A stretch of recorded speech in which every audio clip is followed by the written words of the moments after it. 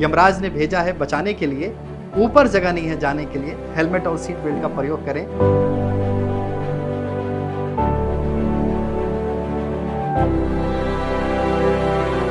जिस परिवार में हादसे होते हैं वो परिवार जीवन भर के लिए गूंगा बन जाता है, और आज तक किसी गूंगे का इतिहास न दुनिया ने सुनी है न लोगों ने सुना है।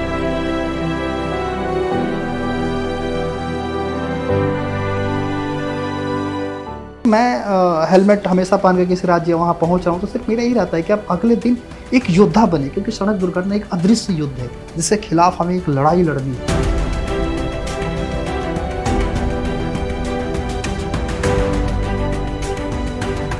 सुख चैन की ठंडी छांव तले मुश्किल है यार बसर मेरा, महलों में कबूतर रहते हैं मैं बाज हूँ पर्वत घर मेरा, रण स्वाभिमान का लड़ने को मैं एक अकेला काफी हूँ, एक हिम्मत है तलवार मेरी, दो बाजुएं हैं लश्कर मेरा।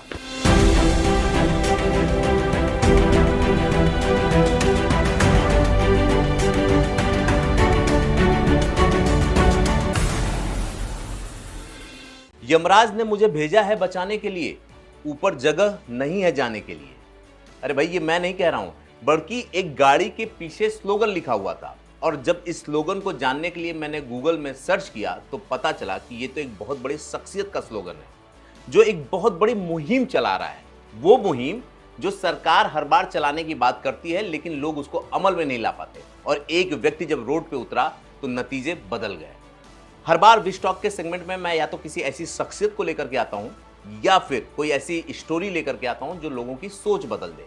आज मेरे साथ ऐसी एक शख्सियत है, लेकिन उससे पहले मैं आपको एक बात पूछना चाहूंगा आपसे कि कभी आपको कोई गाड़ी की मतलब कार जो है उसमें हेलमेट लगा के कार चलाता हुआ मिल जाए तो आपका रिएक्शन क्या होगा? या कोई आप फ्लाइट से सफर कर रहे हैं, आपकी बगल की सीट पे फ्लाइट में कोई व्यक्ति ऐसा बैठा हो जो हेलमेट पहन के बैठा हो, आप क्या सोचेंगे? या फिर आपको पता चले कि ये व्यक्ति जो हेलमेट लगा के बैठा है इसने इस हेलमेट के लिए अपने घर को बेच दिया, अपने बीबी के गहने बेच दिए, अपनी सेविंग बेच दी और फुटपाथ पे चलाया सिर्फ और सिर्फ हेलमेट के लिए, तो आप क्या सोचेंगे? यही ना कि क्या पागलपन है, ये कौन पागल है कि हेलमेट से इतना भी क्या प्यार। लेकिन जब आप पढ़ना शुरू करेंगे और बैकग्राउंड में जाएंगे तो आपको पता चलेगा कि इस व्यक्ति ने 60,000 हेलमेट फ्री में बांट दिए, तो इस व्यक्ति के नाम एक रिकॉर्ड दर्ज हो गया।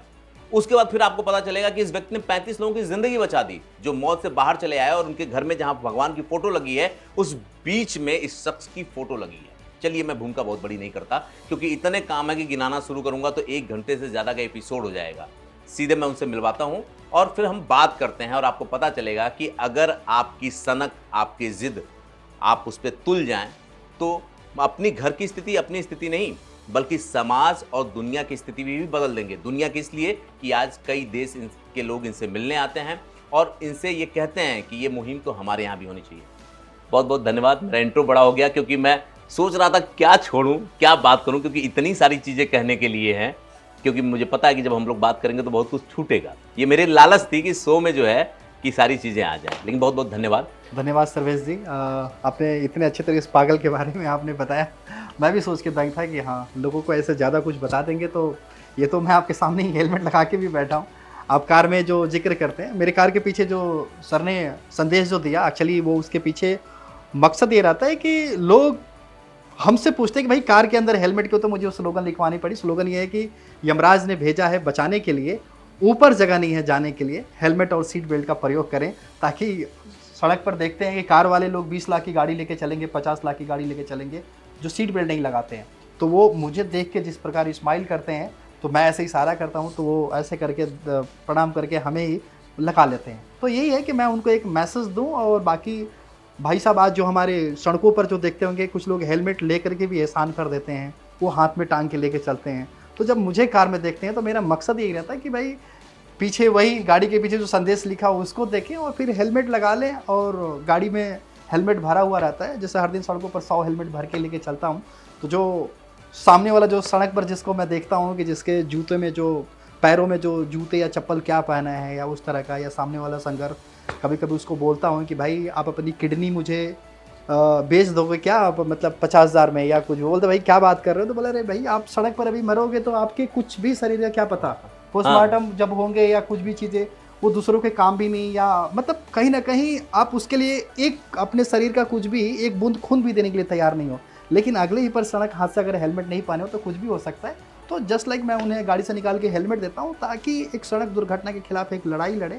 और मकसद मेरा ही रहता है कि सड़क दुर्घटना सिर्फ मौत के आंकड़े के लिए नहीं है, बल्कि एक अदृश्य युद्ध है जिसके खिलाफ मैं लड़ाई 10 वर्षों से लड़ रहा हूँ। मैं एक चीज़ और भी बताना चाहूँगा कि हर साल ये आंकड़ा पेश होता है और कहा जाता है कि सड़क में जो दुर्घटनाएं होती हैं, कई लाख लोगों की जान चली जाती है। सरकार, केंद्र सरकार हो या राज्य सरकार, वो कहती है कि हम इस पर काबू पाने की कोशिश कर रहे हैं, उनके पास महकमा है, पुलिस है, तमाम चीज़ें हैं। लेकिन एक व्यक्ति जब उतरा तो अब वही सरकार, वही सिस्टम इनसे ये पूछती कि आप कैसे करते हो, आइए हमारे साथ जुड़िए और हमारी मुहिम को बड़ा बनाइए। अच्छा, अब तो आप सफल हैं, आपके बारे में बहुत कुछ पढ़ने सुनने को मिलता है। जब आप पहली बार कार में हेलमेट पहन के जा रहे थे और वो जो व्यक्ति ने देखा था, क्या रिएक्शन था? या जहाज में जब पहली बार गए आप? होता है, देखिए ये तो ऐसा नहीं है, भारत की इतनी बड़ी आबादी है, 1.4 बिलियन नागरिक हैं, मुझे शायद कुछ करोड़ लोग जानते होंगे, लेकिन आज भी मेरा सफ़र हर दिन ऐसे ही रहता है शुरुआत। अब जाहिर सी बात है कि फ़्लाइट में तो पैसे वाले लोग चलते हैं और हर कोई भी एयरपोर्ट पे ना बाइक से नहीं जाता है, हर कोई, अगर जिसके पास 4 व्हीलर गाड़ी भी नहीं है तो वो कैब करके जाता है, जल्दी पकड़ना होता है। और आपको पता है कि जब किसी फ़्लाइट के अंदर भाई 300 पैसेंजर बैठे हैं और उनके बीच में एक व्यक्ति हेलमेट लगा के बैठा, तो उसको बाइकर सोचते हैं भाई क्या है ये, मतलब पागल व्यक्ति।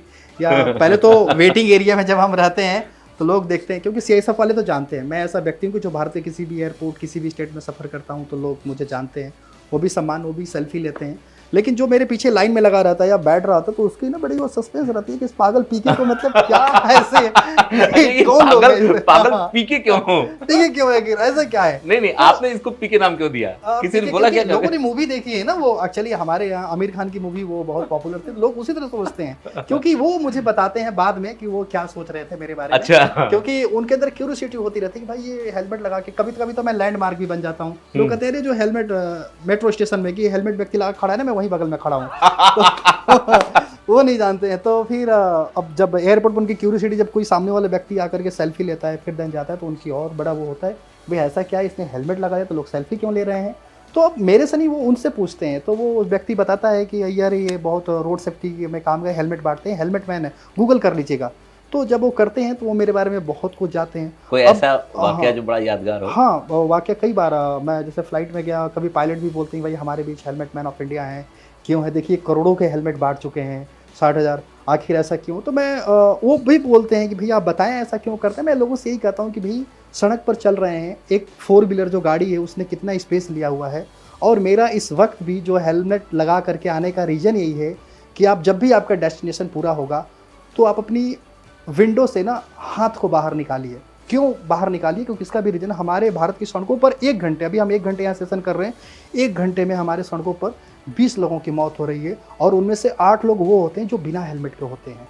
और मैं उन्हीं से, जैसे जेंटलमैन जो है हमारे सड़कों पर, जिनकी लाखों की कार है, महंगी कार है, वो टसन में जो भी चल रहे हैं, किसी बाइक वाले को नहीं देखना चाहते। आप देख रहे हैं कि सड़क से ऊपर जो बगल का डिवाइडर होता है उसके ऊपर बाइक वाले चल रहे होते हैं, बिना हेलमेट के चल रहे होते हैं। तो मेरा ही रहता है कि अब अपनी विंडो, कुछ भी नहीं है, सिर्फ बटन दबानी है, विंडो नीचे उतरेगा, सिर्फ उनको एक भाई समझ करके, या कुछ भी बोलिए हेलमेट लगा लीजिए, कुछ भी मतलब चुप्पी तोड़ करके उनको जागरूक कर रहे हैं। बोलिए कि भाई हेलमेट पहन जो भी है, या फिर मैंने किसी अपने भाई को खोया हुआ ऐसे मरते हुए मैं रोज़ देख रहा हूँ, लेकिन आपको मैं नहीं देखना चाहता हूँ, क्योंकि बस एक मेरा ही रहता है कि आप देश के अंदर जागरूकता लेकर के आए। क्योंकि अच्छा, जो लोग देख रहे होंगे ना, वो ये सोच रहे होंगे कि ये जो आप काम कर रहे हैं, हाँ, क्या ये आपका पैशन था, कोई मजबूरी थी, क्या था? अभी मैं इसकी हिस्ट्री पे जाऊंगा, लेकिन सबसे पहले ये जानना चाहूँगा कि ये सफ़र कैसे शुरू हुआ और आप हेलमेट मैन ऑफ इंडिया बने कैसे? जी, अब देखिए, मैं किसी को भी व्यक्ति के बारे में जागरूकता लेकर रहा हूँ तो मैं सबको अपना मित्र समझता हूँ। और इसके पीछे भी है कि आज से 10 वर्ष पहले मैंने अपने एक मित्र को खोया, जो कि मेरा रूम पार्टनर था और अपने माता पिता का इकलौता चिराग था। और सबसे बड़ी बात है कि वो बिहार क्षेत्र से, मैं भी बिहार से हूँ, एक ग्रामीण क्षेत्र से आता हूँ, मेरा जो दोस्त भी था वो भी ग्रामीण क्षेत्र से था, और अपने माता पिता का इकलौता चिराग था। और सबसे बड़ी बात है कि वो 20 साल मन्नतों के बाद हुआ था। उसके माता पिता ने, कोई ऐसा तीर्थ स्थल नहीं था जहाँ उन्होंने मन्नतें ना मांगी हो, क्योंकि जाति से जो मेरा दोस्त था ब्राह्मण था, आप समझ ही सकते हैं।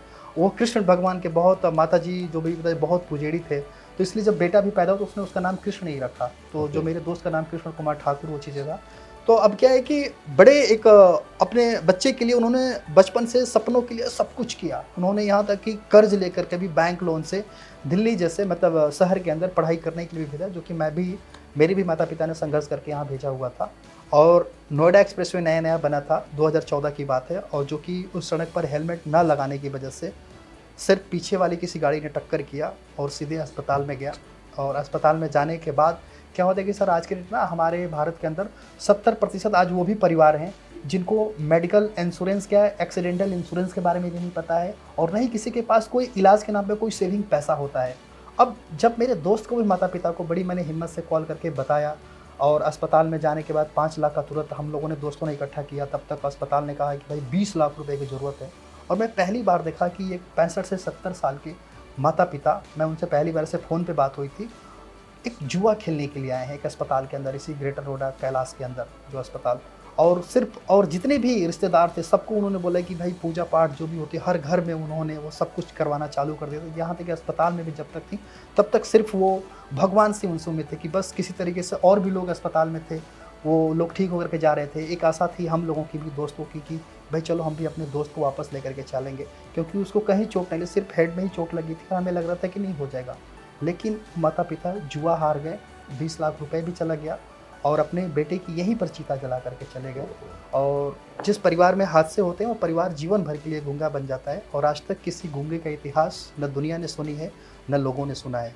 उस वक्त जब 3 महीने बाद मैं भी घर पर जाने के बाद उस माता पिता का जब दर्द देखा, तब मुझे लगा कि क्या मुझे गूंगा बन जाना चाहिए या फिर कुछ ऐसी लड़ाई लड़ना चाहिए। और तब मैंने वहाँ से ये ठाना कि भारत के प्रत्येक नागरिक को मैं अपना मित्र बनाऊंगा और सड़क हादसों के खिलाफ एक लड़ाई लड़ूंगा, और जो भी सड़क पर बिना हेलमेट जाएगा मैं उसे हेलमेट देकर ज़िंदगी बचाऊंगा। लेकिन मैंने सुना है कि इस लड़ाई को लड़ने के लिए आप भी बहुत कुछ हारे हो अपनी ज़िंदगी में। सबसे पहले मैंने सुना कि आप 18 लाख की नौकरी आपके पास थी जिसको आपने छोड़ दिया। सर अब यही है ना कि जब आप काम करते हैं, जब मिशन आपको भी नहीं पता चलता है कि आप क्या करने जा रहे हैं। और उस समय ऐसी थी कि लोग 100 रुपये के उस समय हेलमेट पहनते थे और 50 रुपये चालान हुआ करता था, और फिर भी लोग मतलब सड़कों पर जिस तरह से हंसते थे, मतलब हम ये देख रहे थे कि लोग समझना ही नहीं चाह रहे हैं। और आप जब किसी को हेलमेट दे करके और आप किसी की ज़िंदगी बच जा रही है और वो परिवार आपको दुआ दे रहा है, तो ऐसा लगता है कि आप अपने मित्र को नहीं बचा पाए लेकिन दूसरों की ज़िंदगी बचा पा रहे हैं, तो लगता है कि ये मिशन और जारी रहना चाहिए। तब तो मैंने इसके लिए आपने घर बेच दिया, नहीं, पत्नी के तब गहने मैंने बेच ये दिए? था कि एक समय था कि जब इस कार्य से जब मुझे एक मोटिवेशन मिलने लगा और लोगों की जब दुआएं मिलने लगी। इस संसार में है ना कि इंसानों द्वारा ये रुपए पैसे सब बनाए गए हैं, भगवान के ऊपर में सिर्फ दुआ, वो आपके अंदर जो जुनून है ना एक वही होना चाहिए। आज भारत की खोज भी करने वाले दूसरे, मतलब मैं कह रहा हूँ सिकंदर जो चला था, क्या कोई दौलत लेकर के नहीं चला था, लेकिन उसको मालूम था कि भाई हमें विजेता कुछ ऐसे बने, उसका शख्सियत। जब कोई नाव में, समंदर में नाव लेकर के भारत को आकर के गुलाम बना सकते हैं मुगल, तो अगर आप अपनी सोच को लेकर के घर के सिर्फ चिराग को नहीं बचा सकते हैं। क्योंकि मेरा ये था कि भारत में जो प्रति वर्ष जैसे अभी 1,70,000 लोगों की मौत हो रही है, उनमें 50,000 उन लोगों की मौत हुई जो घर के सिंगल चिराग होते हैं, उनमें से मेरा मित्र भी था। तो मेरी यही लड़ाई थी कि भारत में जितने भी जो माता पिता हैं, जिस प्रकार अपने बच्चे के शिक्षा के पीछे भाग रहे हैं, सुरक्षा के पीछे भागे, क्योंकि जो मेरे दोस्त की जो माँ थी वो अपने बेटे की तकिए में तस्वीर लेकर के सो रही है, सिर्फ यही सोचता था मैं अपने बेटे को हेलमेट क्यों नहीं दे पाई। अगर पता होता तो मैं 10 हेलमेट देती। तो मेरा ये जुनून था कि उन परिवार तक जहाँ पर कि इस तरीके से दुख आने वाले हैं उसको पहले उसे बचाना। अब उसके लिए मैंने 2016 में नौकरी छोड़ी, बहुत सारे दोस्तों ने मेरा मजाक उड़ाया, घर भी हमने बेचा एक समय पर जब कर्ज में था, तो उस समय भी लोगों ने कहा कि भाई क्या करोगे यार, तुम इस तरह से पागल हो। अब मेरे पास कहने के लिए शब्द नहीं है, लेकिन मैं एक लाइन कहना चाहूँगा कि सुख चैन की ठंडी छाँव तले मुश्किल है यार बसर मेरा, सुख चैन की ठंडी छाँव तले मुश्किल है यार बसर मेरा, महलों में कबूतर रहते हैं मैं बाज हूँ पर्वत घर मेरा, रण स्वाभिमान का लड़ने को मैं एक अकेला काफ़ी हूँ, एक हिम्मत है तलवार मेरी, 2 बाजुएं हैं लश्कर मेरा। और उस ताकत के साथ लोगों के लिए था कि भाई दोस्त मेरा मर चुका, मुझे लगता है कि भाई ये मेरा दोस्त है, हमने इतने सारे वादे किए हैं। आज बहुत लोग जीवित हैं, अपने दोस्त से वादे करते हैं, भूल जा रहे हैं, लेकिन मैं अपने दोस्त के मरने के बाद भी वादा नहीं भूला। और एक लड़ाई ये थी कि भाई बस कहीं भी हमें से जीवित रखना है, और हम किसी को भी अपने घर में या खो रहे हैं तो उसके आज भी प्रणाम करते हैं। आज भारत के इतिहास में कहीं भी ऐसा ऐतिहासिक स्थल पर जाते हैं, वहाँ भी झुक के प्रणाम करते हैं, उनसे सोल लेते हैं। तो जाहिर सी बात है कि जो सड़कों पर हम प्रत्येक दिन 1300 हादसे और उसमें 500 लोगों की चिताएं जल रही है, तो कहीं ना कहीं कोई आत्मा है। एक सवाल परेशान कर रहा है मुझे कि आप शादीशुदा थे, 18 लाख की नौकरी थी आपके पास, हम्म। उसमें बच्चा था कि आपके पास नहीं था? बेटा मेरा वो हो गया था, 2015 की शादी है और 16 में वो चीज़ें, आपने हाँ मतलब 17 सोचिए, में नई बेटा। नई शादी, हाँ बेटा पैदा हुआ और उसी साल आपने नौकरी छोड़ दिया, घर बेचने के नौकर। तो जो सबसे कहते हैं, जो सबसे मुश्किल लड़ाई होती है ना, वो घर की लड़ाई होती है। हाँ आपका ससुराल रहा होगा, नई पत्नी रही होगी, बिल्कुल बिल्कुल अभी कुछ महीने का बच्चा रहा होगा। वो लड़ाई कितनी मुश्किल थी, परिवार की लड़ाई और ये बाहर का काम? देखिए दुख कितने हैं बता नहीं सकते, परिस्थितियाँ कितनी उसने परीक्षाएं ली वो भी गिना नहीं सकते। मेरी बातों से समझ सके तो समझ सके, आंसू गिरे हैं कितने गिना नहीं सकते। तो ये एक संघर्ष की जो एक लड़ाई होती है ना, एक तरफ आप सड़क पर काम कर रहे हैं, फिर घर में आने के बाद आपको आराम क्यों, लेकिन अब भाई जो पैसा जो परिवार के लिए था, जो बच्चे के लिए होना चाहिए, तो वो पैसे किसी और के घर के आप चिराग को बचा रहे हैं, किसी के पति को बचा रहे हैं। तो जाहिर सी बात है कि वो आप कर रहे हैं, सिर्फ आप ही जानते हैं, आपका परिवार नहीं जानता है। परिवार तो ये देख रहा है कि आपके बैंक अकाउंट में इतना पैसा था, ये खाली हो गया। आप दारू पीते नहीं हैं, कुछ भी ऐसा करते नहीं हैं, आखिर ये पैसा ये कब तक करते रहेंगे भाई? कोई भी आप हाँ, काम सवाल ठीक है, यही है। थोड़ा सा सपोर्ट करें, आखिर क्या है? अब उसके लिए आपने घर भी वो सब कुछ बेचने के लिए, ये कैसा पागलपन है? उससे अच्छा है कि आप साधु हो जाए ना पहले से ही। मैंने सुना हाँ। इससे एक कदम और आगे गए आप, जो शादी ब्याह में गहने वहने मिले थे उसको भी बेच डाला आपने। देखिए ये पॉजिटिव चीज़ है। जब देखिए आप कोई कार्य करते हैं और आपको ये पत्नी को भी या तब पता चल, जैसे न्यूज में आप पढ़ते हैं किसी की जिंदगी बच गई, वो परिवार आकर के ये मिलता तो था। बात की बात है। हाँ, वो ये तो सारा बात हर की चीज़ें, बात है। वो नहीं ऐसी बात नहीं है। जब मैं हेलमेट बांट रहा था, जिंदगी बच रही थी, तो कभी कभी फ़ोन पर, क्योंकि पत्नी होती है महिला का, किसी का कॉल आएगा तो वो भी सुनेगी भाई कौन महिला क्या है, वो कह रही कि सर आपने हेलमेट दिया था तो मेरे पति की ज़िंदगी बच गई। तो वो कहीं ना कहीं उसके भी पिघल, क्योंकि आप ट्रामा सेंटर में जाएंगे या आज के डेट में आप देखेंगे बहुत सारी महिलाओं की सड़क हादसों में मौत हो रही है, क्योंकि उनके परिवार पीछे वाले लोग हेलमेट उसको नहीं पहनाते हैं। और ऐसे नहीं कि जो हमारी पत्नी है वो समाज से अलग कटी हुई थी, क्योंकि वो भी पुणे जैसे सिटी में पढ़ी हुई, वो भी पढ़ी लिखी, एमबीए पास आउट, और उसने भी अपने भी कॉलेज में कई ऐसे हादसे देखे हैं। लेकिन अब ये है ना कि इस हादसों के प्रति भाई रोज तो हो रहे हैं, लेकिन देखिए, बचाने के लिए कौन आएगा? आपके लिए कहना तो मेरी बहुत आसान पोटेंशियल है। ये थी कि मैं पत्नी को कन्विंस किया हाँ, कि ये नहीं, बड़ी हाँ, बात है कि आपने कन्विंस किया करना, और वो हाँ, मान गई। मान गई। और मैं बड़ा शुक्रगुजार हूँ, क्योंकि देखिए लड़ाई में आपको एक दोस्त की ज़रूरत होती है, घर में एक सुलह, और मेरे पत्नी ने उस चीज़ को समझा। मैं समझता हूँ कि ये फैसला एक इमोशन के तहत लिया हो गया होगा कि दोस्त एक्सपायर हुआ और आपने वो देखा, उनके परिवार को देखा। आज आप जहाँ पे हैं ये तो बात की बात है, इसमें आगे हम बात करेंगे आज कहाँ है, क्योंकि आप लोगों के लिए प्रेरणा है, वो लोग सेल्फी लेते हैं और आपको मानक मानते हैं, इंडियन आइडल में जाते हैं, ये बात की बात है, इस पर बात करेंगे। लेकिन ये जानना चाहेंगे, जब आपने हाथ में हेलमेट लिया और सड़क के किनारे आप खड़े हो जाते थे, पोस्टर लगे खड़े हो जाते थे, क्या आपको पता था कि ये इसकी परिणति क्या होगी, या आपको क्या ये पता था कि आगे ये क्या स्वरूप लेने वाला है, या बस यही सनक थी कि मुझे हेलमेट बांधना है? नहीं, अब पंडित देखिए, आप जब पढ़े लिखे जब किसी शहर में होते हैं, ऐसा नहीं कि आप जब रोड एक्सीडेंट्स के हादसे को टीवी में देख रहे हैं, न्यूज़ में देख रहे हैं, इसके प्रति सरकार भी बहुत सारी वो चीज़ें काम कर रही है। भारत में आप अलग अलग सेक्टरों में देखेंगे लोगों ने जुनून जो पैदा किया, लेकिन रोड सेफ्टी को लेकर के कोई जुनून वो चीज़ें नहीं था। और सबसे बड़ी बात ये मुझे दिख रही थी कि सड़कों पर पढ़े लिखे लोगों की ही डेथ हो रही है, वो कहीं ना कहीं कारण भी वो चीज़ होता था।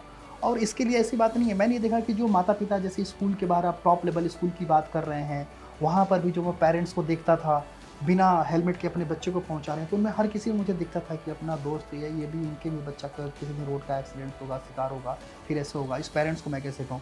तो उसके लिए कुछ कानून के लिए भी मैंने सुधार किया, जैसे 4 साल बच्चों के ऊपर मैंने हेलमेट का कानून पास करवाया, मैंने एक लड़ाई लड़ी। अच्छा, एक चीज़ मुझे याद आया कि आपसे प्रभावित होकर कोई 2 फूल वाले भाई ऐसे थे, हाँ हाँ जिन्होंने कहा कि अगर कोई मेरी दुकान पे 4 साल के बच्चे को हेलमेट लगा के आएगा तो मैं उसको फ्री में फूल या गुलदस्ते दूंगा। जी जी, वो अभी 900 से ऊपर गुलदस्ते दे चुके हैं। और ये मुहिम मेरी यही, जब 4 साल में हेलमेट का कानून पास करवाने, अब ये कि कोई भी एक कानून पास करवाने के बाद आप उसकी मार्केटिंग भी खुद करनी पड़ती है, आइए हमने वो चीज़ें किया है। तो अब उसके लिए उनका मैं बड़ा शुक्रगुजार करता हूँ, उन दोनों भाइयों ने, और मेरे मुहिम के लिए कि भाई आपके सर मुहिम से, क्योंकि उनके बच्चों को मैंने हेलमेट दिया था, उन्होंने बड़ा वो चीज़ें देखा कि भाई सर्दियों के दिन में उनका बच्चा अभी से मतलब गर्मी, मतलब रजाई के अंदर वो हेलमेट लगा के सो रहा है। अरे तो कह रहे हैं कि हम कभी सड़क पे नहीं लगा, हमारा बेटा अभी से, इसको जुनून कौन पैदा किया? अच्छा, अरे हेलमेट मैन सर ने, तो हम क्या कर सकते हैं सर आपके लिए, आप बताओ सर, आपने बच्चे वो चीज़ें। तो उन्होंने लगा कि जब मेरा बेटा इस तरीके से, हम उतना पढ़े लिखे नहीं हैं, उतना मतलब 10 12 लेकिन बच्चों को कभी हम खुद हेलमेट नहीं, हालांकि फूल वाले की भी ज़िंदगी बची थी, उसको हेलमेट देने की वजह से उसकी भी ज़िंदगी बची हुई थी। तब उसने लगा कि सर मेरी आज जीवन बच गई, कल मैं अस्पताल का शायद बिल नहीं भर पाता अगर एक्सीडेंट, अगर आपका हेलमेट दिया हुआ ना होता।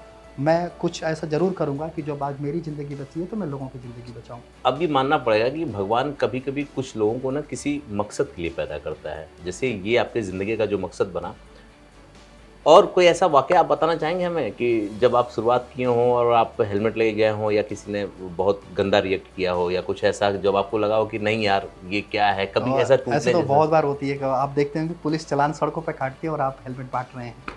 तो बहुत बार ऐसे मतलब ऑफ़िसों में भी कभी ट्रैफ़िक एसपी से भी हमारा कभी उस समय शुरुआती दौर में, अरे भाई कौन हो? मैं वैसे बिहार से हूँ। तो लोग बिहारी भी कहते हैं ये बिहारी ही काम कर सकता है। ऐसे बहुत तरह-तरह के रिएक्शन वो चीज़ होते थे, मतलब चीज़ों लोग बोलते थे कि यार कहाँ से हेलमेट आखिर क्या बाँटोगे? मतलब इस तरह से बेवकूफ़। कई बार लोग शुरुआती दौर में नहीं जानते थे, पुलिस ही आती थी, कहती थी कि भई हटाओ, हटाओ यहाँ से सड़क पर, तुमने ये कैसे कर दिया, वो सारा चीज़ें। लेकिन फिर पीछे से कहते थे कि भाई कुछ हेलमेट दे दो ताकि अपना फिर काम करो, यहाँ भीड़-वूड़ लग जाएगी, हम तुम्हें प्रोटेक्शन देंगे, वो चीज़ें। तो कई तरह के उतार-चढ़ाव शुरुआती दौर जो में इस तरह पुलिस से। पहले भगाती हाँ, थी अब बुलाती है। हाँ, अब कितने राज्यों में पुलिस के साथ जा चुके हैं आप? सर अब 22 राज्य ऐसा कोई नहीं, अब पहले कोई पुलिस वाला हमें डरा देता था, आज तो आईपीएस ही बुलाते हैं कि अरे आ जाओ राघवेंद्र जी हमारे साथ भी कैंपेन कर लो। तो ये होता रहता है, अब तो कोई से नहीं, मतलब कभी उतने डिपार्टमेंट्स के बारे में नहीं नॉलेज रखते, लेकिन आज डिपार्टमेंट जो ट्रांसपोर्ट कमिश्नर हो गए हैं, जैसे मैं आपको उड़ीसा की बात करूँ या देहरादून का, मैं खुद ट्रैफिक पुलिस या जो भी वहाँ प्रशासन ने मुझे ब्रांड एम्बेसडर भी बनाया हुआ है। आज हर महीने में देखेंगे तो मैं 10 सिटी में, जो कि दिल्ली से बाहर अलग सिटी में, वहाँ के जो ट्रैफिक डीसीपी होते हैं उनके साथ कैंपेन करना, अलग-अलग प्रशासन के साथ, उत्तर प्रदेशी मतलब गवर्नमेंट के साथ, तो हर किसी के मतलब मन को चीज़ें कार्य करना होता है। अब हमें कहीं कुछ परमिशन है, बल्कि खुद ही लोग कहते हैं कि नहीं भाई अगर रोड सेफ्टी का कार्य कर रहे हैं तो उसमें हेलमेट मैन ऑफ इंडिया की ज़रूरत है। ताकि अच्छा, रोड सेफ्टी काम ने आपको ऐसा बना दिया कि आप अब रोड सेफ्टी के उसमें लगे हुए हैं लोगों की ज़िंदगी बचाने के लिए, और इसने आपको इतना बिज़ी कर दिया कि अब आप एयर में ही रहते हैं। 30 देखिए ये होता है क्योंकि अब ज़रूरी नहीं कि आप सड़क पर आप जा रहे हैं, हेलमेट ही आपकी इम्पोर्टेंस जब कहीं बढ़ती है, और ख़ासतौर रोड सेफ्टी जब मंथ होता है और इस तरीके से आज के डेट में उस शहर के अंदर सड़क हादसे हो रहे हैं, तो हर किसी को फिर हेलमेट मैन ऑफ इंडिया ही याद आता है। और राज्य के साथ भारत के परिवहन मंत्री नितिन गडकरी जी भी कई बार मेरे बारे में ट्वीट भी करते हैं, और कई अभी आप बार उत्तराखंड में भी थे, मैं तस्वीरें देख रहा था, कुछ और राज्यों में डीजीपी के साथ आप नज़र आ रहे थे। हाँ, ये तो देखिए तो चलता ही रहता है। अब क्या है कि हर किसी को डिमांड होती है हेलमेट मैन ऑफ इंडिया चाहिए, क्योंकि अब मेरा वो हेलमेट लगा करके देखते हैं किसी भी कार्यक्रम में, मुझे हेलमेट मैन को अपना परिचय देने की ज़रूरत ही नहीं होती है, हेलमेट मैन खुद वहाँ मौजूद रहता है। और पब्लिक का भी ये रहता है कि मेरा सिर्फ यही रहता है कि भाई आप एक चुप्पी तोड़कर अपने दोस्त को बचाएं, मतलब जो आप सोशल मीडिया पर देख रहे हैं, किसी को श्रद्धांजलि लिख रहे हैं, उस तरह के एक्सीडेंट देख रहे हैं, हर दिन आ रहे हैं न्यूज़ में, कभी भी आप हैशटैग करेंगे एक्सीडेंट्स को, तो हम वहाँ पे श्रद्धांजलि, लेकिन अगले ही पल कोई अपना दोस्त या मित्र जा रहा है, हम उसके खिलाफ नहीं बोल पा रहे हैं, वहाँ नहीं, हम क्यों आखिर ऐसे हो जा रहे हैं। तो उसके खिलाफ मेरा रहता है कि भाई मैं हेलमेट हमेशा पहन के किसी राज्य वहाँ पहुँच रहा हूँ, तो सिर्फ मेरा ही रहता है कि आप अगले दिन एक योद्धा बने, क्योंकि सड़क दुर्घटना एक अदृश्य युद्ध है जिसके खिलाफ हमें एक लड़ाई लड़नी है। मैं समझ सकता हूँ क्योंकि हमारी जो बातें हो रही हैं, कई क्वेश्चन ऐसा जब मैं आपके बारे में पर्सनल जानना चाहता हूँ तो आप हेलमेट्स की बात करते हो, तो मैं आपके इस जज्बे को, इस जुनून को समझ सकता हूँ। और ये सही कहा गया है कि जब आप किसी को कुछ देते हैं ना, अपना त्याग करके देते हैं, तो भगवान बदले में इतना देता है कि अंदाज़ा भी नहीं होता। अब आप गाँव पे जाते हैं तो मैं सुनता हूँ गाँव पे भीड़ लग जाती है। अब देखिए, अब ज़ाहिर-सी बात है गाँव में जाएँगे, अब आप भाई एक मैं उसी गाँव से एक छोटा बालक जो कि वहाँ निकला, और शुरुआती दौर में दुनिया हँस रही थी हमारे ऊपर, ये क्या कर रहा है? कभी शादी या कहीं किसी के पास लोग हमसे दूरी मतलब मानते फोटो थे। में मत आ जाए आप। हाँ, एक जमाना रहा होगा कि आप हाँ, फोटो में मत आ जाए, हाँ, अब बिल्कुल, सोचता बिल्कुल, आदमी कि कहाँ बस से फोटो ही मेरी इनके साथ आ जाए। तो वो देखते हैं कि भाई गाँव वाले भाई सोनू सूद इसके साथ वो इंटरव्यू ले रहे हैं, इतनी बड़ी-बड़ी हस्तियाँ या इस मंच पे, तो भीड़ ज़ाहिर-सी वो चीज़ें लगना, वो चीज़ें वाक़िफ़ है। और मेन चीज़ क्या है कि युवाओं में ना अब उनको दिखता है कि जो बंदा जो डिलीवर कर रहा है, जो सोच को, थॉट्स को डेवलप कर रहा है, क्योंकि 10 वर्षों में उन लोगों ने भी कई एक्सीडेंट देखे, किसी का अपने को, किसी को रिश्तेदार को खोया, किसी को अपने को, तो उनको लगता है कि नहीं हमें इनके साथ ही चलना चाहिए। और आज के डेट में बहुत सारे युवा जो शिक्षा के माध्यम से वो जुड़ते हैं, क्योंकि मैंने शुरुआती दौर में बहुत जगह पुस्तक लेकर के बदले में हेलमेट दिया, जैसे हमने भी 1400 से ऊपर जो लाइब्रेरियाँ खुलवाई अलग-अलग गाँव में, और जो 12 लाख से अधिक बच्चों तक पुस्तकें पहुँचाया। ये जो हेलमेट तो दिया ही दिया, और कई तरह मेरा यूथ के एक लिए प्रेरणा रहती है कि भाई आप उन बच्चों का आता है गाँव से, आखिर हम क्या करें सर, आपने तो काम किया। मेरे रहता है कि भाई मैं देखो, मैं भारत के लिए काम कर रहा हूँ, भारत को सड़क दुर्घटना मुक्त बनाना चाहता हूँ, मैंने कैंपेन इसीलिए पूरे समंदर में छलांग लगाई। लेकिन आप जिस गाँव में रहते हो, उस गाँव के आप एक ही सोचो कि अगर आप शिक्षित हो तो आपके गाँव में कौन सा बच्चा अशिक्षित है, कौन लोग हैं, उनके लिए काम करो। तो उनकी मेरी सोच बहुत अच्छी लगती है, उनको आइडियोलॉजी अच्छी लगती है कि भाई हम आखिर क्यों आए हैं, हमारा मकसद क्या है। मैं 26 साल की उम्र में सड़क दुर्घटना के खिलाफ एक लड़ाई लड़ने एक योद्धा बन गया, तो उन बच्चों के अंदर प्रेरणा आती है कि सर हम क्या करें, हमें कुछ ऐसे मार्ग दो, दिशा दो। इस वजह से जो गांव के जो बच्चों को, युवाओं की भीड़ होना, बहुत ऐसे मदर होती हैं मेरे बातों से डरती हैं कि जब मैं बताता हूँ कि भाई जो सड़क हादसों में जो 50,000 जो बच्चे होते हैं घर के सिंगल चिराग होते हैं, तो वो भी मुझे फ़ोन करेंगे कि मैं क्या करूँ अपने बेटे के लिए, मेरा बेटा अभी इतने साल का है, 9 साल का, आप क्या कहते हैं? तो मैंने कहा कि भाई जैसे जूते चप्पल आपने पहनाया वैसे बच्चों को अब हेलमेट पहनाइए। अब ये सोच दीजिए कि आपका बेटा जब साइकिल पर हेलमेट लगाने की आदत, तभी उसके बाइक या बुलेट कुछ भी दीजिए। बिल्कुल तो सही। इस तरीके से मैं ग्रामीण क्षेत्र में ये देखता हूँ, इस तरह से माताओं का क्वेश्चन आना शहरी क्षेत्र से। तो ये लगता है कि हेलमेट में भले ही सड़कों पर है वो चीज़ें हैं, लेकिन जो सोशल मीडिया के माध्यम से देख रहे हैं वो माताएं भी कहीं ना कहीं हमारा जिस तरह से भारत एक बदल रहा है, और जो विकसित भारत तभी हम देख सकते हैं जब सड़कों पर से रक्त के निशान मिटेंगे। और मेरा यही रहता है कि हम आने वाले अगर इन बच्चों को बचपन से अगर जागरूकता दे रहे हैं तो यही कल के भविष्य के हेलमेट मैन बनेंगे। मैंने सुना है कि आप पे मूवी बनने जा रही है। अभी मैं कहीं पढ़ रहा था तो कुछ लोग आप पे मूवी बनाने का काम करने जा अब रहे देखिए, आप अगर कुछ अच्छा काम करते हैं, अगर आपके कार्य से कुछ बदलाव वो चीज़ होता है, तो जाहिर सी बात लोग ढूंढते रहते हैं कुछ न कुछ कहानियाँ। कई लोगों से वो चीज़ें बातें वो होती रहती है, फिल्म डायरेक्टर वहाँ, क्योंकि मैं आज उनसे कई बार कोरिलेट होते रहते हैं। अभी साउथ के कुछ उनके डायरेक्टर वहाँ से भी, सोनू सूद जी भी आए थे तो उनसे भी बात हो रही थी। तो फ्यूचर में अभी समय है, वक्त लगेगा। अभी मेरा भी अभी जो रास्ता है, अभी इंडिया से बाहर, अभी यूनाइटेड नेशन तक अभी मैं इसी जाना। सवाल पे आने वाला था जी, कि कुछ बाहर के देश, करीबन 4-5 देश में पढ़ रहा था इस बारे में, कि जिसे जापान आपके घर तक आया जी। और वो ये जांचना भी चाहा कि जिनकी जिंदगी बची वो सच में बची कि नहीं बची। अच्छा, क्या था ये, क्यों वो गया गांव में?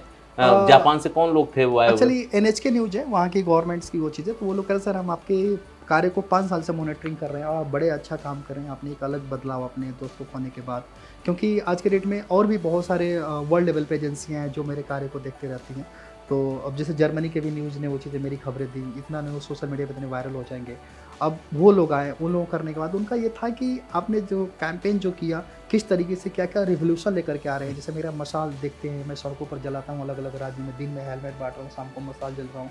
तो उनको एक लगता है कि अध्यात्म तरफ तो वो चीज़ें सब कुछ अच्छा। कर रहा हूँ, घर को प्रेरित। तो उनको लगा कि भाई आप आखिर काम करिए, इससे बदलाव क्या, जैसे 35 लोगों की लाइफ सेविंग, उनके घर जाना जो मर चुके हैं। अच्छा, उनके वो लोग वहां से आए और हाँ, उनके घर गए? उनके घर भी गए। क्या कि मिला भाई उनको? उनको अब जैसे वहाँ गए तो उनके घर में जाकर सबसे बड़ी बात है कि वो देखें कि भाई जिन लोगों के उनके घर के बीच, भगवान के बीच में मेरी भी तस्वीर लगा के रखी अरे है। बहुत तो बड़ी बात वो है। जापान वाले लोग बोलते हैं, आपको लोग इंडियन गॉड बोलते हैं, और वो मतलब जापान गवर्नमेंट भी बहुत अच्छा कार्य कर रही है। उसने वो देखा कि ये अच्छा कार्य कर रहे हैं, तो उन्होंने कहा कि आपको जापान भी हम इनवाइट वो चीज़ें करेंगे। फिर वो बोल रहे कि भाई आपके लिए नोबेल प्राइज़ के लिए फ्यूचर में जो नॉमिनेट हम चाह रहे हैं कि वो चीज़ें करने के लिए। तो एक विदेशी सरकार या मतलब विदेशी मीडिया जो इस तरीके से, क्योंकि वो कह रहे हैं कि आप जापान में बड़े पॉपुलर हैं, क्योंकि घर-घर में आपकी न्यूज़ जो जिस लोगों ने काफ़ी पसंद किया। और अभी भी 2 अप्रैल को भी न्यूज़, अभी आज भी मेरी बात हो रही थी, तो वो कह रहे थे कि फिर से आपका वो स्टोरी आ रहा है। जापान बहुत सतर्क है इस मामले में। हाँ, वो रोड सेफ्टी को लेकर के बहुत ही उनकी आइडियोलॉजी, और आज भी जापानीज़ टेक्नोलॉजी की जो गाड़ियाँ होती हैं, ये नया बेस जो उनके पास टेक्नोलॉजी बहुत अच्छा उनका, और वो पूरा रिसर्च भी कर रहे होते हैं। लेकिन ये देखते हैं कि भारत में इतने हादसे हो रहे हैं, उन हादसों से कोई परिवार कोई आगे नहीं आ रहा है बदलाव के लिए, लेकिन एक व्यक्ति इतने बड़े स्तर पर बदलाव लेकर के आ रहा है। और जैसे मैंने छोटे बच्चों के लिए कानून पास करवाना, फिर उन पीड़ित परिवार से मिलना, क्योंकि मेरा सिर्फ मकसद ही नहीं होता कि मैं हेलमेट ही बाँटने जाऊँ या वो चीज़ें, मैं उस पीड़ित परिवार के पास भी जाता हूँ, उनसे मिलता हूँ। उनको भी कई लोगों को मुआवजे नहीं मिले होते हैं, जो राज्य सरकार, केंद्र सरकार और जैसे मोदी जी द्वारा 2 लाख रुपए दुर्घटना में तय किए गए। आज भी भारत में 80% फैमिलियाँ वो ले ही नहीं पाती, लोगों को जानकारी ही नहीं होती हैं। तो उन परिवार के लिए भी मैं जाता हूँ। अब तो जापान गवर्नमेंट ने उसकी भी कहीं न कहीं उनके भी घर जाके कवर किया कि भाई जो इससे वंचित हो जाते हैं, क्योंकि आज भारत के अंदर देखें तो 50% लोगों के पास साइकिल ही है। मतलब इस रोड एक्सीडेंट्स के बारे में नॉलेज क्या, मतलब उनको मालूम ही नहीं। जो अब मैं भारत सरकार का जो डेटा पढ़ता हूँ, उसमें अगर एक व्यक्ति भी अगर सड़क हादसे में मर रहा है तो 50 लाख का नुकसान होता है। तो हमारे देश की GDP भी एक हुआ। तो मेरा ये रहता है कि हम किस तरीके से हर भारत के युवा को एक सरकार या पुलिस के भरोसे नहीं रोड एक्सीडेंट्स को हम कम कर सकते हैं। एक विजन, एक सोच दे करके हम जैसे बड़े-बड़े हस्तियाँ भी, जैसे साइरस मिस्त्री को भी सड़क हादसे में खोया। उन्होंने 500 करोड़ रुपए का सूर्य मंदिर बनवा करके आए। आगे के 2 लोगों ने सीट बेल्ट लगाया, लेकिन वो खुद उन्होंने दुनिया के लिए गाड़ी बनाई मगर खुद भी सीट बेल्ट नहीं लगाए। आज हमारे भारत की महामहिम द्रौपदी मुर्मू जी हैं, उनका आज पुत्र नहीं है, एक हेलमेट ना होने की वजह से। आज भारत की महामहिम, आप सोचिए ऐसी माँ है वो, किससे मतलब आज अपना सुख जो है, इतनी बड़ी उपलब्धि, अगर आज उनका जब बेटा ऐसे लोग रहता- आपसे मिलते होंगे, मिले भी होंगे, ऑब्वियस सी बात है मिले होंगे, कि जिन्होंने सड़क हादसे में अपने परिवार के किसी मेंबर को खोया होगा, तो वो क्या कहते हैं कि क्यों नहीं आपसे पहले मुलाकात हुई या क्या? कि कई बार बच्चे ज़बरदस्ती भी नहीं लाए, कई बार परिवार ही कहता है अच्छा ठीक है जाने दो उसको। तो वो लोग क्या क्या फीलिंग्स होती है उनकी? सर बहुत ऐसे जो हेलमेट की वजह से जिनके बच्चे बच गए हैं, अभी मेरे सोशल मीडिया पे हमने डाला भी था, आप हेलमेट मैन ऑफ इंडिया का सर्च करेंगे। अभी चंपावत के ही रहने वाले ही दिल्ली में इलाज कराने के लिए आए थे, तो उनका बेटा दिल्ली से इंजीनियरिंग किया हुआ, उन्होंने ज़िंदगी की पूरी कमाई लगा दी और हेलमेट नहीं पहना था, और जिसकी वजह से आज वो पैरालिसिस, मतलब वही है, सिर्फ सर में ही चोट लगी, बॉडी पूरी पैरालिसिस। मदर का जो वजन है, जो वेट है 42 केजी, और उसके फादर का जो वजन है उसका 54 केजी, और 65 केजी के अपने बच्चे को आज वो सेवा कर रहे हैं पिछले 2-3 साल से। मतलब सोचिए, वो बोल भी नहीं सकता है, जो बुढ़ापे में उनको सेवा लेना था अपने बच्चे से, आज बच्चे की सेवा कर रहे हैं। उस चीज़ को डर, ऐसे न जाने कितने पीड़ित परिवार, हर दिन हादसे होते हैं, लोग मेरे सोशल मीडिया पे ऐसे वीडियोस तस्वीरें शेयर करते हैं जो दूसरा कोई नहीं देख सकता है, वो सिर्फ मैं देख सकता हूँ। कदर सिर्फ आप समझ सकते हो। तो आप एक लड़ाई, और मतलब जिसको अपने को खोने के बाद वो आज मेरी ही सोशल मीडिया पे तस्वीरें या इस तरह से कार्य को देख कर के बड़ा प्रभावित रहता है, और मेरा कार्य ही रहता है कि मुझे उन परिवारों को शक्ति देनी है, जैसे जिसको किसी से गाड़ी में टकराने के बाद उसको दुश्मन मान लिया है, अब वो उससे कभी भी नहीं, वो जीवन भर दुश्मन मान के चल रहा है। तो मैं उनके पास जब जाता हूँ तो बोलता हूँ, जिस गाड़ी से टक्कर हुआ, इस बात को बीते हुए 5 साल हो गए या 10 साल, आपको जीवन भर के, जीवन बहुत छोटा है, बल्कि उस परिवार से संबंध बनाइए। अब दोनों परिवार मिल करके सड़क हादसों के खिलाफ लड़ाई लड़ी है। मेरा भी मित्र खोया तो मैं किसको दुश्मन मानूं? मैंने सड़क हाँ, हादसे ये को तो एक मान लिए। अदृश्य युद्ध माना। तो आपको कहीं ना कहीं एक संकेत है मेरा उनके प्रति, उस परिवार के प्रति, कि आपको जिस राज्य से हैं, आपको अपने राज्य के लिए लड़ना चाहिए। जिस गांव से हैं, उस गांव में ये सोचिए कि अब किसी की, आपके बेटे की तरह या पति के किसी की दर्दनाक मृत्यु ना हो, उसके लिए आप सड़कों पर आइए, आवाज़ उठाइए, मैं आपके साथ खड़ा होता हूँ। तो लोगों की सोच बदलती है। अब आपको एक ज़माना था कि मैं वापस उसी क्वेश्चन पे जा रहा हूँ कि जी। आपको सब कुछ बेच के हेलमेट बाँटना पड़ा, और अब क्या स्थिति है? आपको हेलमेट मिल जाता है, लोग आगे आ जाते हैं? देखिए, जब शुरुआती दौर में कोई हेलमेट कंपनियां 10 रुपये भी कम करने के लिए नहीं थी, क्योंकि आपका पहचान नहीं था उस जगह पर, आपको हेलमेट लेकर के पहुंचना, ये करना, बहुत सारे संघर्ष ये होते थे उस जगह पर।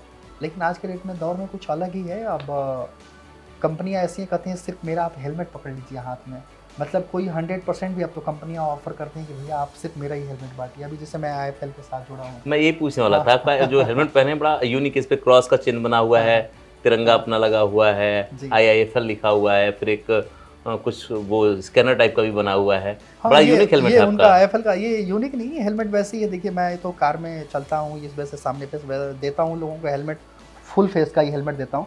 अब जब से इंडियन आइडल में जाने के बाद फिर लोगों का मतलब इस तरीके से मेरे प्रति आया लोगों का रुझान। अब कंपनियां खुद जैसे जो CSR करती हैं, वो जैसे अपना हेलमेट्स करती हैं, भाई हम आपको 1000, 2000, 3000 ये हेलमेट दे रहे हैं, बांटिए। तो एक वो समय था, जैसे 60,000 जो हेलमेट बांटा हूँ अपने जेब के पैसे से बांटा हूँ, जो कि सब कुछ बिक गया मेरा। कितने कर्ज में थे, बैंक वाले कभी आते थे, घर पर आते थे, ये नहीं कि हाँ वो कभी हड़का, दूसरे को बोलते सर हम लोग बहुतों के घर जाते हैं या कुछ भी, हम लोग इस तरह से हड़काना या वो चीज़ें करना। लेकिन एक आप ऐसे होते हैं कि आपसे सिर्फ गले मिलने के लिए आते हैं, मतलब इस तरह से प्यार से, ताकि हमें पता है कि एक ना एक दिन आप इस बैंक का भी पैसा दे देंगे। आप जो आपने काम किया है बहुत अच्छा। मुथूट वाले मतलब पूरा नीलामी हो गया, कभी वाइफ की जो ज्वेलरी थी सारी हर चीज़ें, लेकिन वो भी बेचे, वो बेचारे पेपर लेके घर लेकर के आए, और मतलब एक मिठाई लेकर के आए, इसलिए कि सर आपने कॉज, जो अच्छे कॉज में आपने काम किया, ऐसा कोई नहीं करता है। अब ये शिकायत पत्नी की दूर हुई कि नहीं? क्योंकि बहुत इंपॉर्टेंट क्वेश्चन, घूम के वहीं पहुंचा जहां से शुरुआत हुई देखिए, थी। ये होता है, समस्याएं तो रहती है हर किसी को, जिस तरह से जब आपके घर के जब चीज़ें हर चीज़ माइनस में जाती है, कल को कुछ दिखाई नहीं देता नहीं, है। अब क्या है? अब अब शिकायतें सारी दूर हैं। चीजों वापस कर पाए आप? सारे नहीं, चीज़ें? अभी तो वापस, अभी आप कहाँ 4 से 5 करोड़ रुपए पैसे खर्च किए, वो सारा चीज़ वो तो नहीं, लेकिन ये दिखता है कि अब जो घर की चीज़ें, अब तो सब कुछ खत्म ही हो चुका है, जो है नहीं। लेकिन अब धीरे से जिस तरीके से रुझान, जिस तरह से कंपनियों का ना, अब जो कार्य कर रहा हूँ, हमें इस मिशन में कंपनियों का भी सहयोग मिल रहा है। अब हेलमेट बांटने में, जैसे मैं जो प्रोजेक्ट कर रहा हूँ हेलमेट बैंक का, पॉलिटी, वो चीज़ें मिल रहा है, प्लस कंपनियाँ खुद अब उस चीज़ों के लिए, अब आपको महीने का खर्च आ जा रहा है, तो कहीं ना कहीं एक अच्छा है। अब बहुत सारी कंपनियां हमसे जुड़ना चाह रही हैं, अब ऑफर आ रहे हैं चीज़ें। क्या रूपरेखा है? अब इसको कैसे बड़ा करेंगे अकेले? अब तक तो आप अकेले चल रहे थे, क्योंकि ब्रांड एम्बेसडर तो आप ही रहेंगे, क्योंकि ये काम तो आप ही का है, लेकिन आपका सपना, आपका ड्रीम बहुत बड़ा है। उन लोगों तक पहुंचने के लिए कैसे कंपनियों को कैसे चैनलाइज करेंगे? आप प्रशासन के साथ काम कर रहे हैं, सरकार के साथ काम कर रहे हैं। नहीं, पहले के डेट में लोग हेलमेट या उस तरह से बांटना या डिस्ट्रीब्यूशन करना लोग नहीं थे, लेकिन आज के डेट में बहुत लोग अब आ रहे हैं, शादी में हर जगह लोग हेलमेट दे रहे हैं। जैसे मेरा अपना ड्रीम है कि हर स्कूल कॉलेज में हेलमेट बैंक डेवलप करूँ। और सबसे बड़ी बात है कि अभी तो बहुत बड़े चैलेंजेस हैं, क्योंकि हमारे भारत में 80% लोग जैसे डुप्लीकेट हेलमेट लगा रहे हैं। अभी पुलिस चालान से बचने के लिए जिस तरह से लोग हेलमेट लगाते हैं, मैं उनसे बोलता हूँ कि भाई आप BSI स्टैंडर्ड, जैसे आप पैरों में जूते ब्रांड होते हैं, वैसे ब्रांड हेलमेट एक बार चुनाव करें। अगर अच्छे क्वालिटी का 1.5 से 2 हज़ार वाला हेलमेट लगाते हैं, तो आपका वो 5 से 6 साल 8 साल तक चल जाता है। अगर आप 300-400 का हेलमेट लगाते हैं तो 10-15 दिन में ख़राब, या उसमें आपका लगाने का इंटरेस्ट भी नहीं रहता है। तो उसी तरीके से मैं अभी बड़े-बड़े यूनिवर्सिटी कॉलेज में हेलमेट बैंक डेवलप कर रहा हूँ, जहाँ पर तो क्या ये फ्री में होगा या कुछ हाँ, नॉमिनल ये चार्ज? नहीं, हेलमेट बैंक फ्री में, मैं आपके भी चैनल से कह रहा हूँ, कोई भी कॉलेज मुझे कैंपस जो स्पेस दे रहा है जहाँ कि मैं फ्री में डेवलप कर रहा हूँ, और उनके साथ एक 20 साल का हमारा लीज एग्रीमेंट हो रहा है कि भैया आपके 20 साल तक वो हेलमेट बैंक आपके कैंपस में रहेगा, और आपके कैंपस के बच्चों को सिर्फ आई कार्ड दिखा करके हेलमेट लेना है। वो भी 1,500 से 2,000 वाला हेलमेट रहता है, और लेकिन 8 दिन बाद उस हेलमेट को वापस करना है। और वापस इसलिए करते हैं कि जैसे लोग पैरों में जूते पहनते हैं उसको तो लोग साफ़ कर लेते हैं कपड़े का, लेकिन हेलमेट कोई हमारे इंडिया में कल्चर नहीं है साफ़ करने का। तो आप उसको वापस करते हैं तो दूसरे विंडो से रीइशू आप दूसरा हेलमेट ले लीजिए, और उस जो हेलमेट आपने वापस दिया है उसको साफ़ सफाई पॉलिश करके डीओ मार के हम फिर से देते हैं। इट मीन्स कि अगर आप 4 साल तक यू आर आप इंजीनियर, अगर आप हेलमेट एक स्मार्ट रोड यूजर बन गए। सिर्फ स्वार्थ इतना है कि जहाँ हम हेलमेट बैंक उससे एक सेल्फी पॉइंट बनाते हैं, जहाँ की रोड एक्सीडेंट के खिलाफ आपसे एक शपथ लेते हैं, ताकि आप उसको देन सोशल मीडिया पे डालें कि और आप किन भारत चीज़ों को के लिए लोग आपसे संपर्क कर हाँ, सकते हैं? मजबूत बनाने के लिए। एक ये रहता है कि हाँ, जब आप इंजीनियर बन जाएंगे या कामयाब जब आपको लगे तो आप थोड़ा बहुत कंट्रीब्यूट कर सकते हैं, अदरवाइज कोई नहीं। मेरे थे भारत की युवा को सपोर्ट, तो यही अभी हमें स्कूल कॉलेज में हेलमेट बैंक डेवलप करना।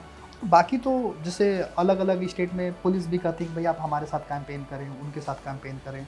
अलग अलग जैसे उत्तराखंड का ब्रांड एम्बेसडर हूँ, अभी दूसरे स्टेट से भी आ रहे हैं कॉल कि नहीं आप भी। तो हेलमेट मैन को हर घर में ज़रूरत है, हर सिस्टम को ज़रूरत है, हर लोगों को ज़रूरत है। लेकिन मैं चाहता हूँ कि भारत में ऐसे लाखों युवा हेलमेट मैन बने, तभी जा करके हमारे देश की सड़क दुर्घटना मुक्त बनेंगी। एक बहुत बड़ा सवाल मैं पूछना चाहूँगा आपसे, और ये मैसेज होगा उन युवाओं के लिए जो ज़िंदगी में कुछ करना चाहते हैं, लेकिन जब उनके पास संसाधन नहीं होता, उनके पास सामर्थ्य नहीं होती, तो वो पीछे हट जाते हैं। उनको लगता है क्या होगा भविष्य में, और अभी तो मुझे नंगे पैर चलना होगा।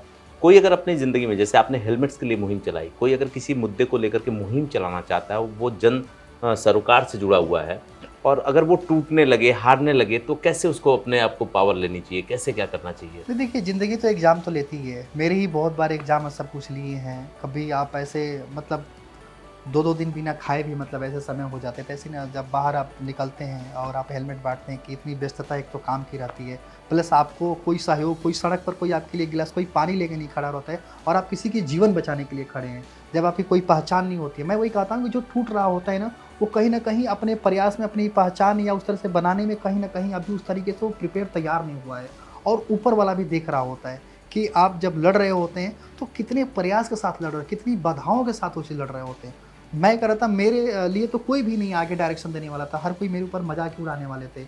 सब कोई कहता था भाई कौन ऐसे कबीर तुम बन गए फ़कीर। मैं कई बार ऐसे जेल में भी गया, मैं वहाँ के जेल के सुपरिटेंडेंट को बोलता सर मुझे कुछ दिन के लिए जेल में ही रख लो, 1 महीने के लिए। मैंने लेटर भी लिखे कि मैं ताकि जेल की रोटी खाऊंगा, ताकि खाऊंगा। भैया कुछ भी कुछ है ही नहीं, मैं बाहर रहूँगा, बिना हेलमेट दे के रहूँगा नहीं। मुझे इस भी वो भी मेरे ऊपर हंसते थे, कहते थे यार बताओ कोई क्राइम कर गया और आप ऐसे इतने काम कर, क्योंकि भाई कुछ ऑप्शन नहीं मिलता था। आजकल बहुत सारे युवा करते हैं जो डिप्रेशन का शिकार होते, लेकिन मेरे पास एक ताकत थी। मैं जब भी मुझे कुछ मोटिवेट होके कुछ देखना पड़ता था तो मैं अस्पताल चला जाता था, उस ट्रामा सेंटर वहाँ देखता था कि हाँ कौन से लोग आखिर क्या वहाँ पर भी हेलमेट। तो मैं देखता था कि भगवान या मंदिर में जाकर कोई अपने परिवार की लंबी उम्र की दुआ मांग रहा है, तो मैं कहता भगवान मुझे दोनों पैर से सही सलामत दिए हैं, इसीलिए तो दिए हैं कि मैं जो लोग जाके दुआ मांग रहे हैं या ईश्वर ने मुझे इस चीज़ के लिए चुना है तो मुझे कार्य करना है। अगर आपको भी लगता है कोई मिशन अगर आप कर रहे हैं, आप टूट रहे हैं, तो ईश्वर ने आपको चुना हुआ है, लेकिन वो परीक्षा लेता है कि कब तक। आज मेरा लगता है कि मैं जितने लंबे वक्त तक हेलमेट पहनता हूँ, और कोई भी दुनिया में ऐसा लेकिन सिर्फ 10 मिनट के लोग दूरी पे जाने के लोग हेलमेट का नहीं चुनाव करते हैं, जिंदगी वो कहते हैं बाल झड़ जाएगा, बाल खराब हो जाएगा। आपके भी स्टूडियो में निकालें क्या हेलमेट? बहुत मैं चाहूंगा कि आप लोगों को दिखाएं कि आपके सर पे बाल हैं और आपने सिर्फ इसलिए लगा रखा है क्योंकि आपको हेलमेट से एलर्जी नहीं, और बिल्कुल सही सलामत और बहुत अच्छे बाल हैं। इसको पत्नी भी चेक करती है 1 महीने में कहीं बाल तो अच्छे नहीं कर रहा है। उसको ये भी फिक्र रहती है कि चलिए आपने पैसा गवा दिया, घर गवा दिया, सब कुछ गवा दिया, कहीं ऐसा नहीं कि इस पागलपन के चलते ये सर का बाल भी गायब हो जाए। तो है चिंता, ऐसा नहीं है। देखिए अब ऊपर वाले की शक्ति मानिए, इस हेलमेट का वजन 1200 ग्राम है और हमेशा सुबह से लेकर शाम तक पहने रहता हूँ हेलमेट। हाँ, अच्छा खासा वजन है इसका।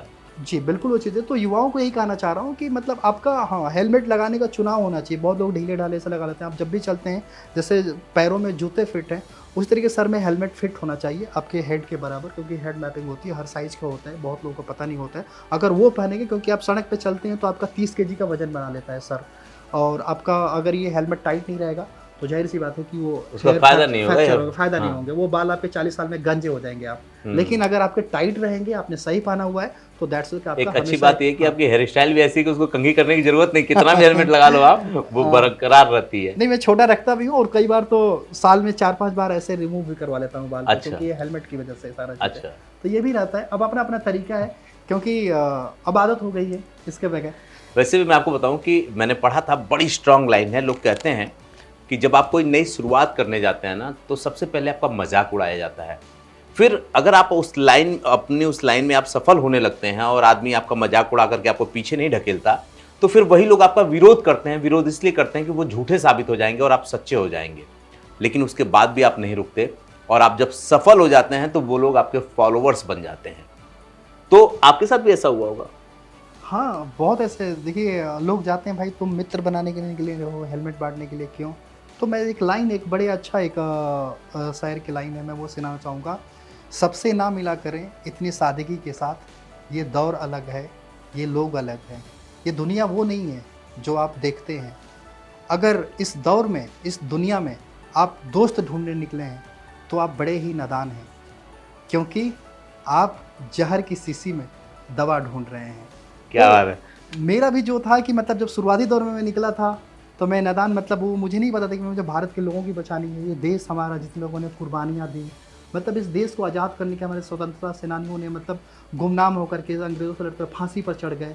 अगर मान लीजिए, हो सकता है कि मुझे लगता है कि उस समय का मैं भी ऐसे कुछ लड़ाकू था, फिर धरती माँ से मांगा होगा कि भाई मुझे फिर दोबारा जन्म देना। और मेरे समय पर ये देखा कि किसी युद्ध में, आज से 5000 वर्ष पहले किसी युद्ध में 1.5 से 2 लाख लोग मर रहे हैं, और आज बिना किसी युद्ध के हमारे भारत के सड़कों पर लोग मर रहे हैं। तो मुझे ये लगा था कि मुझे ये लड़ाई लड़ने के लिए शायद धरती माँ ने फिर से चुन लिया है अपने दोस्त के जाने के बाद से। तो मुझे यही लगा था कि चलो कोई दोस्त या बने या ना बने, लेकिन लड़ाई ऐसी युद्ध लड़नी है कि हर किसी को एक योद्धा बना देना है, और उसी चीज़ को लेकर के मैं लड़ ये रहा था। बिल्कुल सही बात है, और ये भरोसा खुद पे होना चाहिए कि भगवान ने हमको इसके लिए चुना है। ये कहानी देखने में बड़ी सिंपल और साधारण लग रही होगी, लेकिन आपने पूरा वीडियो अगर देखा होगा तो जो तस्वीरें आपको इनकी बात के साथ दिख रही होंगी, वो आपको दिखा रही होंगी, ये बता रही होंगी चिल्ला चिल्ला करके कि जब ये रोड के किनारे खड़े हैं या कहीं ऐसी स्थिति में हैं, हेलमेट बांट रहे हैं या कोई इनका इनकार कर रहा है, तो उस समय क्या बीतती होगी।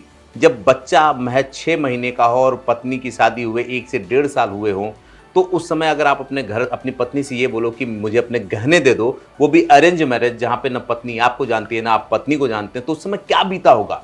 जरा सोचिए कि उस माँ बाप पे, मैं ससुराल पक्ष की बात करूंगा और अपने उस माँ बाप की बात करूंगा जिन्होंने पैदा करके बड़ा करके इंजीनियर बनाया हो और 18 लाख की इनकम परिवार में आ रही हो, और आप एक झटके में बोल दो कि नहीं मुझे तो ये सब छोड़ करके हेलमेट बांटना है, पैसे कहाँ से आएंगे, तो पैसे के लिए घर बेचना है।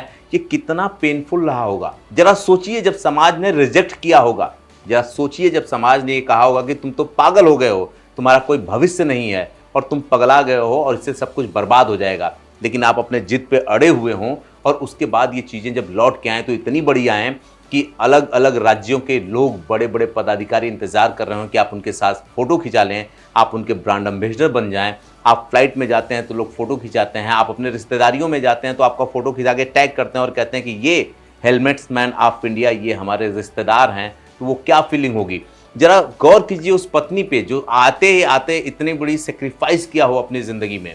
जरा सोचिए उस परिवार के बारे में। लेकिन एक चीज़ सत्य है, जब भगवान परीक्षा लेता है ना तो खूब लेता है। एक एक्टर ने मुझसे ये कहा था कि जब किस्मत ने उसकी परीक्षा ली तो उसको रोड पे बिठा दिया, और जब उसको दिया भगवान ने तो सितारा बना दिया। तो ऐसा ही होता है कि जब वो लेता है तो आपसे सब कुछ लेता है, लेकिन अगर आप उसकी परीक्षा में खरे उतर गए तो जब वो देगा तो सब कुछ लौटा देगा। ये 2 वजहों से मैंने इस शो को किया। एक इसलिए, मैं आपको बता दूं कि मैं बार बार इनका नाम हेलमेट मैन ऑफ इंडिया कह रहा हूं तो आप ये सोचोगे इनका असल नाम क्या है। तो ये राघवेंद्र कुमार जी हैं, लेकिन इनका नाम बहुत पीछे छूट गया और ये नाम सबसे ऊपर आ गया। तो अगर आप राघवेंद्र जी की मदद करना चाहते हैं या इनसे जुड़ना चाहते हैं, आज इनकी मदद करने के लिए सैकड़ों कंपनियां खड़ी हैं। वो ये कहती हैं कि आप मेरा हेलमेट आप जरा सोचो, जब कोई 10 रुपये हेलमेट में कम नहीं कर सकता, आज वो ये बोले कि आप अपने हाथ में मेरा हेलमेट पकड़ लोगे और मेरा लोगो दिख जाएगा तो कंपनी की मार्केटिंग हो जाएगी। कितनी बड़ी बात है कि वो एक व्यक्ति जिसने सब कुछ बेच के जमीन पे आ गया हो, वो आज इतना बड़ा हो गया कि लोग ये सोचते हैं कि एक बार मेरी चीज़ों को अपने हाथ में पकड़ ले। अमूमन मैं अपने शो का अंत मैं खुद करता हूँ, मतलब इसकी एंडिंग मैं खुद करता हूँ। लेकिन आज मैं एंडिंग खुद नहीं करूंगा, बल्कि मैं राघवेंद्र जी से कहूंगा कि वो जो शुरू में हमें 5-6 लाइन की इन्होंने कविता सुनाई थी ना, वो लाइनें वापस से सुनाएं, क्योंकि उससे बेहतर कुछ भी एंड नहीं हो सकता। मैं आपको बता दूं कि ये इंडिया है जहां लोगों को दुखांत पसंद नहीं है। इनकी कहानी दुखांत से ही शुरू हुई थी, दुखांत नहीं बल्कि दुखों से शुरू हुई थी। लेकिन जब कहानी खत्म होने कगार पे, अभी तो ये अपने मध्य में पहुंची और ये हीरो बन गए हैं। मेरे इस शो को देखने के बाद आप गूगल में सर्च करिएगा हेलमेट्स मैन ऑफ इंडिया के बारे में या राघवेंद्र कुमार के बारे में, आपको पता चलेगा कि संघर्ष के बाद जब विजय होती है तो वो कितनी शानदार होती है। इस स्टोरी को और नहीं खींचूंगा, बहुत कुछ पढ़ने सुनने को आपको मिल जाएगा। आपको ये पता चल गया होगा कि कहाँ पैदा हुए, कैसे बड़े हुए, कौन से परिवार के थे, कितना बड़ा सेक्रीफाइस था, ये सारी कहानी आपको पता चल गई होगी। अब मैं आपसे चाहूँगा कि इस स्टोरी को ख़त्म करने पे आप वही लाइन जुड़ाएं जिसमें आपके ये बिल्कुल ऐसे थे, आपकी नसें तनी हुई थी, क्योंकि वो लाइन मुझे भी मोटिवेट कर रही हैं। तो मैं चाहूँगा कि एक बार फिर से आप कहें। कौन सी, यमराज की कहानी है या फिर यमराज के बाद जो आपने सुनाई थी। देखिए यमराज वाला भी कह देता हूँ, जी। क्योंकि देखिए यमराज ने भेजा है बचाने के लिए, ऊपर जगह नहीं है जाने के लिए। हेलमेट का प्रयोग तो करना ही करना है, अपने पड़ोसियों को भी कराना है और हर व्यक्ति के लिए चुप्पी तोड़ करके उन्हें जागरूक भी करना है। और दूसरी चीज़ कि आज हेलमेट मैन एक खुद आपने फ़कीर की तरह देखी लाइफ कैसे निकल पड़ा और उसी को जीवन बना लिया। तो ये क्यों लगा? क्योंकि भारत के प्रत्येक परिवार को हमने, मुझे अपना, जैसे मरने के बाद कोई उसे कोई बेटा मान रहा है, मैं चाहता हूं कि बल्कि हर परिवार मुझे अपना बेटा की तरह जिस तरह से प्यार दे रहा है। तो ये इसीलिए निकला कि सुख चैन की ठंडी छांव तले मुश्किल है यार बसर मेरा, महलों में कबूतर रहते हैं मैं बाज हूँ पर्वत घर मेरा, रण स्वाभिमान का लड़ने को मैं एक अकेला काफ़ी हूँ, एक हिम्मत है तलवार मेरी, दो बाजुएं हैं लश्कर मेरा।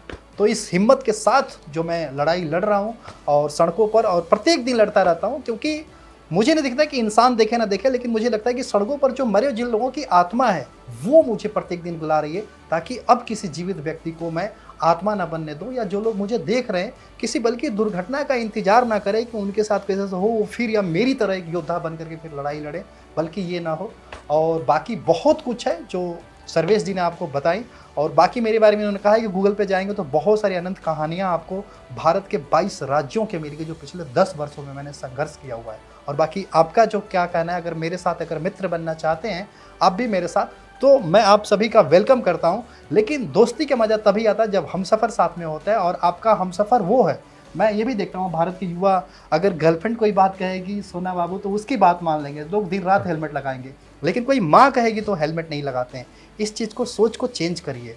आप अपने घर के परिवार के लिए आप सब कुछ हैं। आपके माता पिता ने जिस उम्मीद से आपको घर से बाहर भेज रहे हैं, वो चाहते हैं कि वही खुशी से आप घर पे वापस भी लौटें, लेकिन सड़कों पर जिस प्रकार आप हेलमेट नहीं लगा रहे हैं, उसी के लिए मैं एक लड़ाई लड़ रहा हूँ, ताकि आप मेरा हमेशा दोस्त बने रहें। क्योंकि इस आज़ाद भारत को हम खुशहाल भारत तभी बना पाएंगे जब हमारे देश की सड़कें सड़क दुर्घटना मुक्त बनेंगी।